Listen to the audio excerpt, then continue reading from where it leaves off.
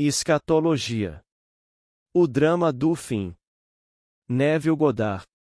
5 de abril de 1968. A palavra discípulo significa aprendizado, e qualquer pessoa que ouça o padrão de salvação de Deus de alguém que o experimentou e acredita, com fome de aprender mais, é um discípulo. A tradição nos diz que Pedro, Tiago e João eram discípulos.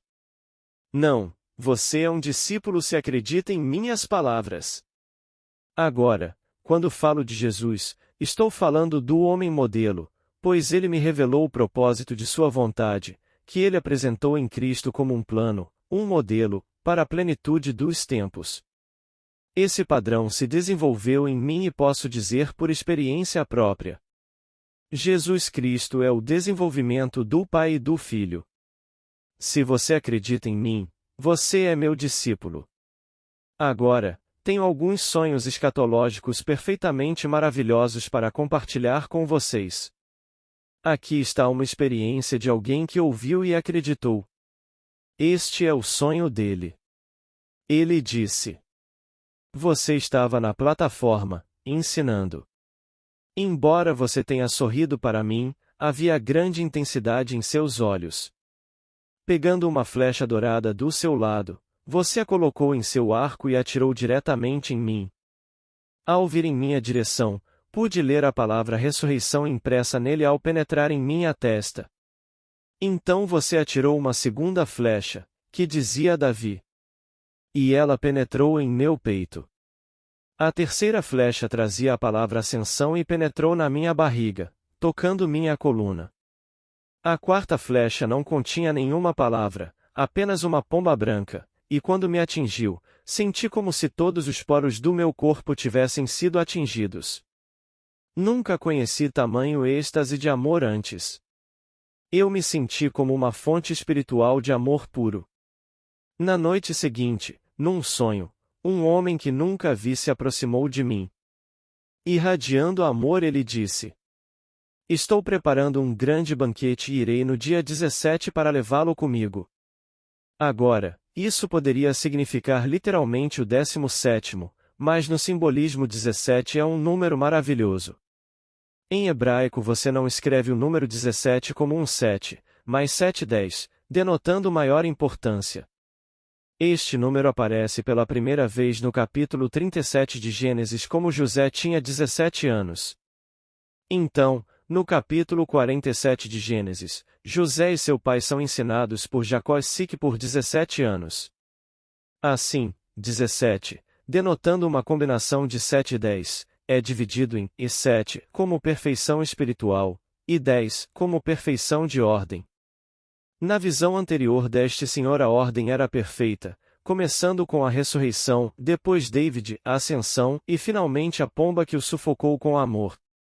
Aqui está a perfeição da ordem e a perfeição espiritual. Posso dizer-lhe esta noite, se as flechas penetraram em você, nada pode impedi-las de alcançar o seu destino no mundo além do mundo dos sonhos. Você é um ser completo agora, pois o padrão está enterrado em você, e num futuro não distante, Jesus Cristo, o homem modelo, revelar-se-á a partir de dentro. Agora, o evangelho mais antigo começa com estas palavras. O início do Evangelho de Jesus Cristo. O Evangelho mundial significa boas notícias, não bons conselhos.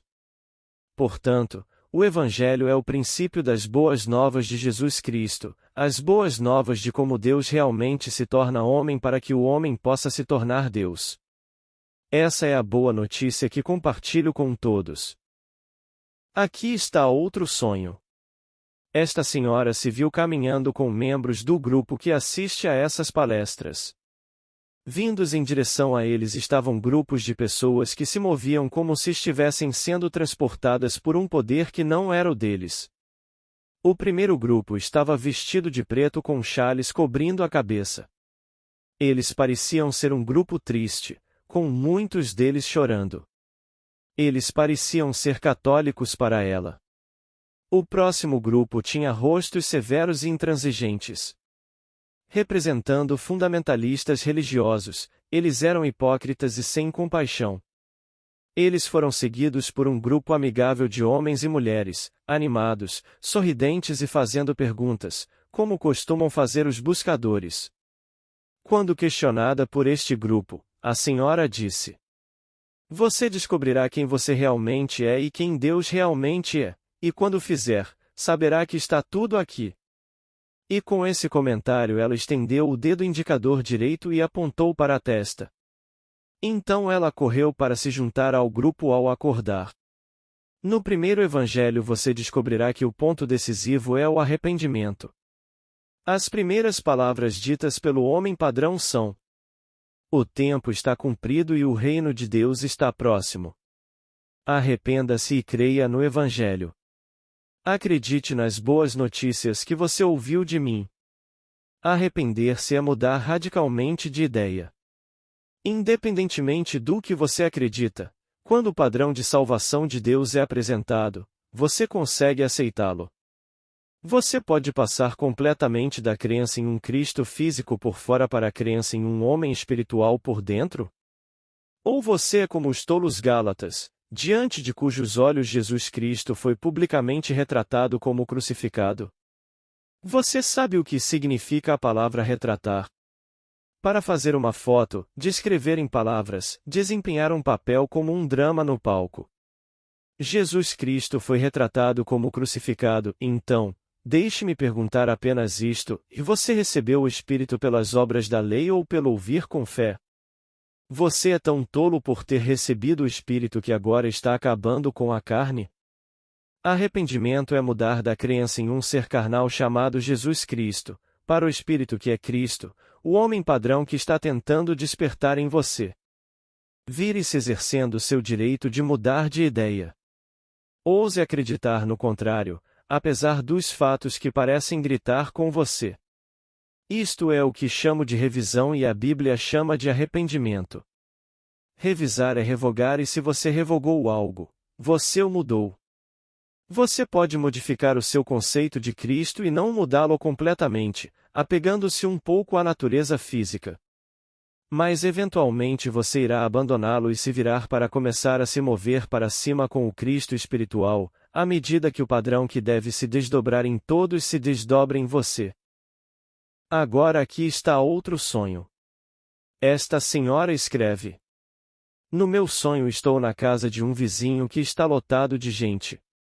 De repente, percebo que é minha responsabilidade alimentá-los a todos, enquanto estendo minhas mãos, todos são alimentados. Sentindo-me desapegado e não fazendo mais parte do grupo, saio e descubro que uma pá, um forcado e um ancinho foram colocados na frente da minha casa. Entrando em casa encontro uma amiga cujo marido já faleceu há muitos anos. Sorrindo para mim, ela diz: 'Meu marido quer ver você.' Indo até a janela e olhando para fora, observo o marido da minha amiga, vestindo uniforme de general ou de coronel, trazendo para minha casa o mais lindo cavalo branco que já vi. O único que monta um cavalo branco nas Escrituras é a palavra de Deus chamada Jesus Cristo. O cavalo branco é dela, pois ela tem os instrumentos usados para cuidar de uma pá, um forcado e um ancinho. Enquanto seu sonho continuava, alguém lhe deu um cachorro branco muito amigável, que pesava exatamente 30 quilos. Pegando uma cesta oval com cerca de 14 de comprimento, ela fez uma caminha e colocou o cachorro de costas. Então ela o cobriu com um cobertor e, ao envolvê-lo com o cobertor, ele se sentiu como um bebê. Um cachorro é o símbolo da fé. Chamado de Caleb nas Escrituras, ele é o único que atravessa o Jordão para a terra prometida com Josué, o nome hebraico de Jesus. Fiel ao homem padrão, ela sentiu a criança que está prometido, e não parecia nada estranho. Ao acordar e descobrir que eram 6 horas da manhã, ela disse para si mesma: "Preciso me lembrar do sonho em detalhes", e então adormeceu novamente. De repente, um homem está diante dela. Inclinando-se para frente, ele removeu o topo da cabeça e disse: "Olhe dentro do meu crânio." Ao olhar, em vez de ver cérebros, ela viu uma cabecinha do tamanho de um alfinete. Tinha um formato perfeito e usava uma coroa, e quando ela olhou, pareceu crescer. Aí o homem se levantou e disse: Sinta minha cabeça, e quando ela o fez, era macia como um travesseiro. Ela então começou a lhe contar como a imaginação cria a realidade, quando ele falou, dizendo: Se um cirurgião não vier imediatamente, minha cabeça se abrirá e eu me imaginarei fora deste mundo. Aqui está uma visão perfeita que é toda a Escritura. O cavalo branco, isso é revelação, tudo se desenrolando de dentro, e a criança na caveira. Outra senhora escreve, dizendo: Eu estava olhando para uma caverna profunda na terra, observando a água escorrendo para dentro dela como se viesse de um longo coxo. Uma criança, de cerca de 8 meses, estava sentada na margem olhando para as mãos estendidas. Você, Neville, estavam bem acima de nós, olhando para a criança e para mim. Então ouvi as palavras: Um homem pode ter um filho? E acordei repetindo essa pergunta indefinidamente. Essas são exatamente as palavras que você encontrará no capítulo 30 de Jeremias, e quando você começa a expressar as Escrituras, você está no final de sua jornada. Todos os sonhos que compartilhei com vocês esta noite são escatológicos. Aqui está outro. Esta senhora se encontra em um enorme curral com a consciência de ser o centro de uma expansão ilimitada. O portão do curral está aberto e pendurado no topo do pilar está metade da carcaça de um ser humano. Parecia natural que aquilo estivesse ali e enquanto ela olhava a sensação de liberdade infinita tomou conta dela. No capítulo 26 do livro do Êxodo, o versículo 12 refere-se à meia cortina. O significado da cortina é dado no capítulo 10 de Hebreus, versículo 20. Ele abriu um caminho novo e vivo através da cortina que é a sua carne. A carne que ela viu representava o véu do templo, que se rasga de cima a baixo para se libertar do mundo do pecado e da morte e entrar no novo e vivo modo de vida. E com esta experiência, a liberdade é sua. Agora, outra senhora escreveu dizendo que cochilou por apenas alguns momentos e se viu em um pequeno barco em um mar turbulento. Não havia leme nem velas, apenas o mastro e uma barra transversal como uma cruz em uma coroa. Ela estava nua e subindo no mastro estendeu os braços na trave para usar o corpo como vela, aquela que daria força e direção em direção a um porto seguro. Esta experiência tem um significado tremendo. Deixe-me citar o capítulo 7, o versículo 2 de Daniel. Eu vi em minha visão à noite e eis que os 4 ventos do céu agitavam o mar profundo. A palavra hebraica traduzida como despertar é traduzida como trabalho de parto no capítulo 4, versículo 10 de Miqueias, como uma mulher em trabalho de parto. Então eu digo para ela, e minha querida, você está em trabalho de parto. Você se sentou em sua cadeira e acenou com a cabeça aparentemente por apenas um momento, mas naquele curto intervalo de tempo, você viu a profundidade do seu próprio ser. Quem é você, agora em trabalho de parto trazendo o poder e a sabedoria de Deus, chamado Cristo? Não consigo expressar minha emoção ao receber todas essas cartas. Cada um deles é escatologia, denotando o fim do drama. Isso é tudo que importa, pois o propósito da vida é cumprir as Escrituras. Esta noite todo o nosso país está perturbado por causa da morte de um homem por outro homem, contudo, eu vos digo, o homem que foi morto e o homem que o matou são um só, e ambos serão reunidos no seio do Senhor ressuscitado como irmãos íntimos. Tendo desempenhado o seu papel neste mundo, eles saberão que são irmãos, com um amor que transcende tudo que o homem conhece na terra. Eles não sabiam disso, nem o mundo sabe disso, mas um ser desempenhava ambos os papéis e esse ser é Deus. E talvez esta morte, a menos que a violência irrompa e retire o seu significado, promova o que ele defendia, muito mais rapidamente do que qualquer outra coisa. Se, por outro lado, houver uma negação do sacrifício, este será novamente adiado. Mas aquele de uma raça que foi morto e aquele de outra raça que o matou, são ambos um. Pois em Cristo não há vínculo, nem livre, nem grego, nem judeu, nem homem, nem mulher, nem preto, nem branco, nem amarelo, nem rosa, nem vermelho, apenas um, em todos são um. Portanto, o que estou tentando dizer é que o ápice do ensinamento de Jesus Cristo se encontra no pensamento de uma união mística daquele que ouve e crê, com o Pai e o Filho. Isto é realizado através do Espírito.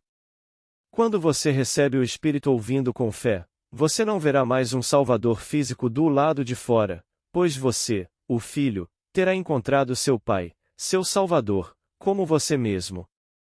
Oro esta noite como João fez em seu glorioso capítulo 17, dizendo: Ó Pai justo, o mundo não te conheceu, mas eu te conheci, e estes acreditam que tu me enviaste.